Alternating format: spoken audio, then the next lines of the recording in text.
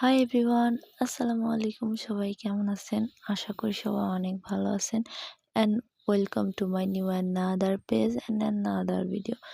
কিছু কিছু স্বার্থপর রিলেটিভস আছে এই পিঠাগুলোর মতো আপনার সাথে এইভাবে চিপকায়ে থাকবে আঠার মতো, যেমনি পিঠাগুলো তাওয়ার সাথে চিপকায়ে আছে এভাবে চিপকায়ে থাকবে।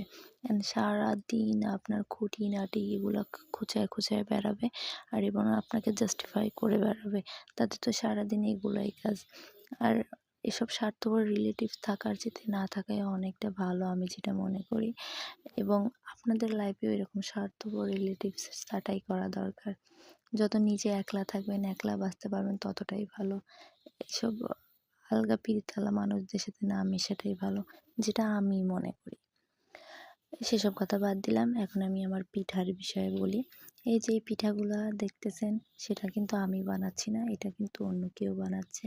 সো এই পিঠাগুলোর ভিডিও আপনাদের সাথে শেয়ার করার জন্য আমি এখানে বসে পড়েছি।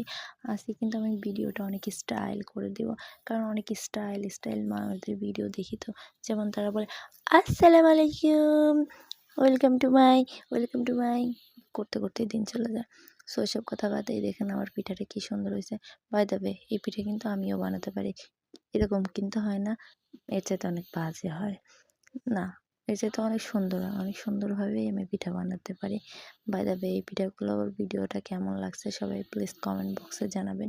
এবং আমার ভিডিও আপনারা যে যেখান থেকে দেখছেন সবাই বেশি বেশি শেয়ার করবেন এবং ভালোবাসবেন এই ভিডিওগুলোকে।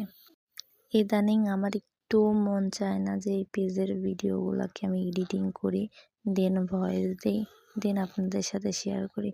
একটা সময় যখন আমার পেজ ছিল না, অনেক শখ ছিল যে কবে একটা ইউটিউব পেজ খুলবো, ইউটিউব চ্যানেল খুলবো, ফেসবুক পেজ খুলবো, এটা সেটা ভিডিও দেব। বাট এখন যখন আমার একটা পেজ হয়েছে, আমার মোটেও মন চায় না যে এডিট করে ভিডিও দিই, কারণ আমি অনেক আলসা।